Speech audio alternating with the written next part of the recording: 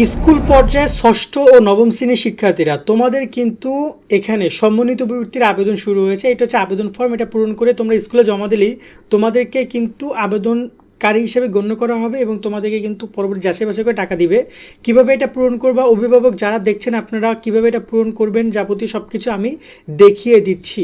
এবং এই বৃত্তিটা কিন্তু শিক্ষা মন্ত্রণালয় থেকে প্রকাশ করেছে গত কয়েকদিন আগে 2 ফেব্রুয়ারি 2026 এই বিজ্ঞপ্তি। প্রধানমন্ত্রী শিক্ষা সহায়তা ট্রাস্ট সমন্বিত প্রবৃত্তি কর্মসূচির আওতায় শিক্ষার্থীরা আবেদন করতে পারবে।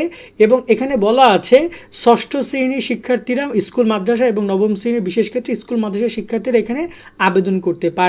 এবং এখানে আবেদনের সময়সীমা বলা হয়েছে 22 ফেব্রুয়ারি পর্যন্ত, এটার আবেদনের সময়সীমার জন্য তারা বলেছে। এবং এটার ব্যাপারে যদি বলা যেতে পারে যে আমরা এখানে আবেদন ফর্ম পূরণ করে আমরা জাস্ট কপিটা জমা দিব, তাহলে আমাদের কিন্তু কাজ হয়ে যাবে। কিভাবে আবেদন ফর্ম পূরণ করবে আমরা সেই টপিকেই যাচ্ছি এবং দেখিয়ে দিচ্ছি। এক্ষেত্রে আমরা আসলে স্টুডেন্টদেরকে তুমি করে সম্বোধন করছি, অভিভাবকরা দেখলে মন খারাপ করবেন না, আপনাদেরকে সম্মান রেখেই বলছি। স্টুডেন্টরা অনেকেই দেখবে, তাই ওদের বোঝানোর সুবিধার্থে আমরা তুমি শব্দটি ব্যবহার করছি। তো কিন্তু আমরা একটু দেখতে চাই যে কীভাবে আবেদন করতে হবে। এখানে শিক্ষাবর্ষের ক্ষেত্রে কি কিন্তু অবশ্যই আমরা 26 ব্যবহার করব এবং এখানে শিক্ষার্থীর একটা ছবি আমাদেরকে দিতে হবে। এরপরে শিক্ষার্থীর ব্যক্তিগত তথ্যর জায়গায় শিক্ষার্থী বোর্ড রেজিস্ট্রেশন নাম্বার, এইটা আমরা ব্যবহার করব যখন এটা স্কুল থেকে আমাদেরকে প্রোভাইড করবে। ওকে, এটা স্কুল থেকে দিবে, আমরা কিন্তু জানবো না রেজিস্ট্রেশন নাম্বার। এবং এখানে কিন্তু ষষ্ঠ নবম এভাবেই থাকবে, একাদশ কথাটা লেখা থাকবে। এরপরে শিক্ষার্থীর বর্তমান শ্রেণী আমরা লিখে দেবো ষষ্ঠ অথবা নবম। শিক্ষার্থীর জন্মসনদ নাম্বার এখানে আমরা লিখে দিব আমাদের জাতীয় জন্মসনদের 17 ডিজিট অনলাইন ডিজিটাল লিখে দিব। জন্ম তারিখ, শিক্ষার্থীর নাম বাংলায়, শিক্ষার্থীর নাম ইংরেজিতে। এই তথ্যগুলো কিন্তু আমরা পাবো জন্ম সনদ দেখে দেখে লিখবো। ওকে, তারপর শিক্ষার্থীর ছেলে বা মেয়ে সেটা আমরা লিখে দিব, যেটা হবে সেটার উপর টিক দিব। টিক দিব তো আমরা বুঝি কীভাবে টিক দেয়। তার জন্মস্থান, যেখানে সে জন্মগ্রহণ করছে সেই স্থানটা আমাদের লিখতে হবে, জন্ম নিবন্ধনও কিন্তু লেখা থাকবে সেটা। তারপরে যে বাংলাদেশি শিক্ষার্থী, এটা কিন্তু মানে অপশনাল থাকবে, এটা কিন্তু একদম ফিক্সড লেখা থাকছে।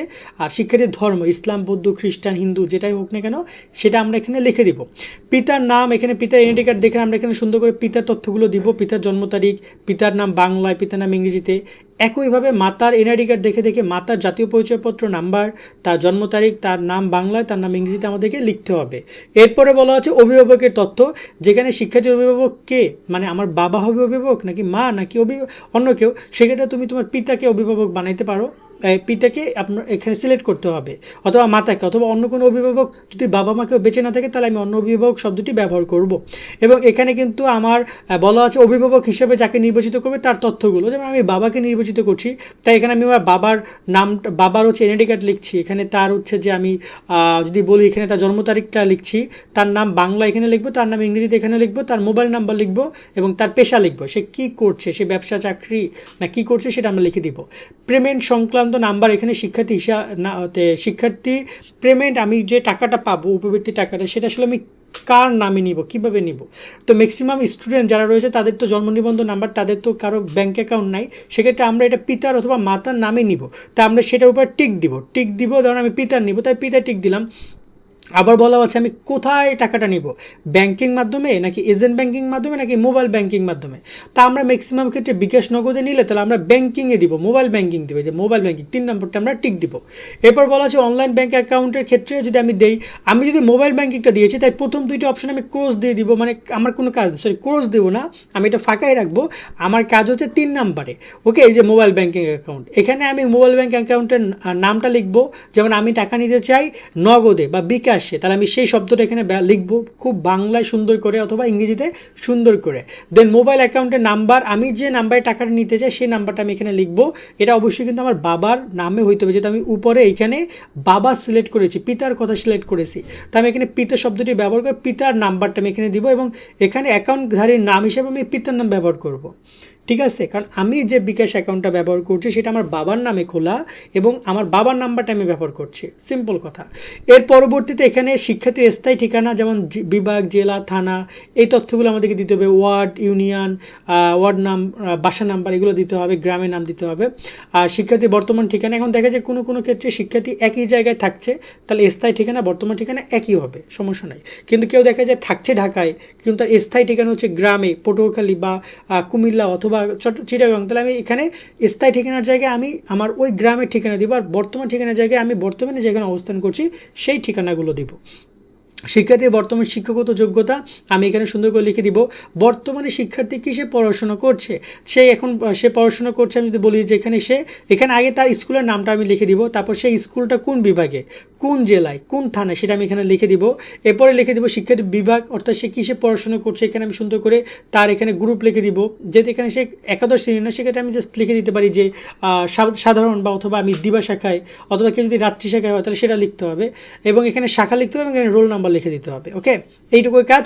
এরপরে কিন্তু আমরা এখানে সুন্দর করে নিচের কিছু ফর্ম পাবো আর্থিক অবস্থা সম্পর্কিত, এই তথ্যগুলোতে আমরা টিক দিব। টিক তো আমরা বুঝি এভাবে টিক দিতে হয়, এবং এখানে বলা আছে যেমন প্রত্যেকটা তথ্য আমরা পড়লে বুঝতে পারবো যে আবেদনকারী পড়ালেখার খরচ কে বহন করে।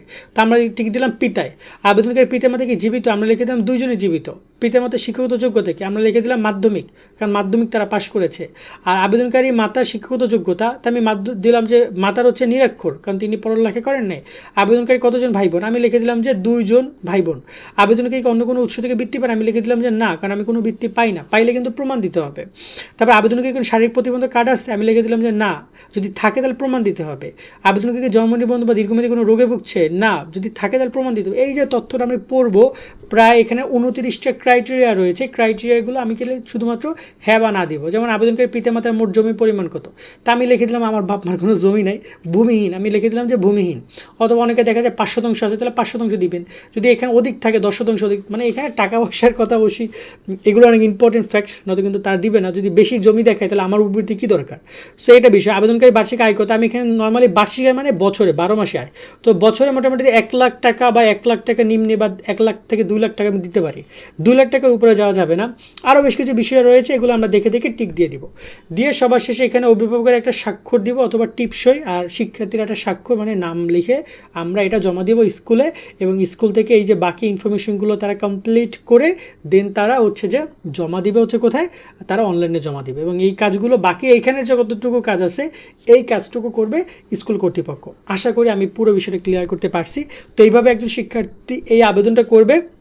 এবং এখানে একটা কথা বলতে চাই, এই আবেদনটা কিন্তু অনেক সুন্দর আবেদন, প্রতি বছরই শিক্ষার্থীরা এখান থেকে বেশ ভালো অর্থ পায়। সো একজন শিক্ষার্থী পড়াশোনার কাজে ব্যবহার করার জন্য এই আবেদনটা অনেক হেল্প করতে পারে বলে আমরা মনে করছি। সো আবেদন করার জন্য আমি পরামর্শ থাকবে।